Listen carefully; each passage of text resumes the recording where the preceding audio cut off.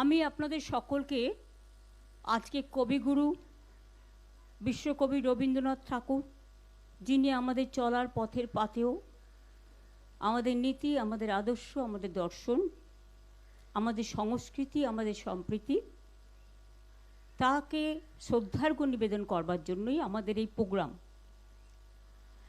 দেশ বাঁচাও গণতান্ত্রিক মঞ্চ 3টি জায়গায় পারমিশন চেয়েছিল এই প্রোগ্রাম করার জন্য।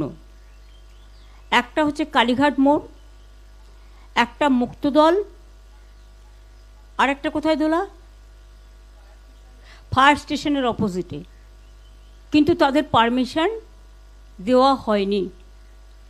তখন আমি ভাবলাম, ছোট্টবেলা থেকে আমাদের হাতে খড়ি যখন থেকে হয়েছে, তখন থেকে রবীন্দ্র নজরুল এইসব জয়ন্তী, গান্ধীজি বলুন, নেতাজি বলুন, ভগৎ সিং বলুন, আমরা পালন করে আসি।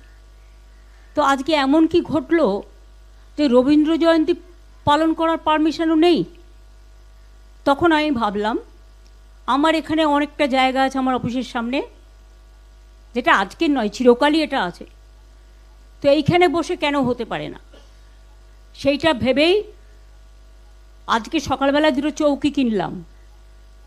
সব ডেকোরেটরদের মানা করে দিয়েছে যাতে কেউ কোনো চৌকি টৌকি না দেয়, প্যান্ডেল না করে।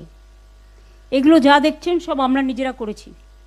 সকালে 2টো চৌকি কেনা হয়েছে, মাইকের বক্স থেকে শুরু করে আমরা নিজেরা অ্যারেঞ্জ করে নিয়েছি।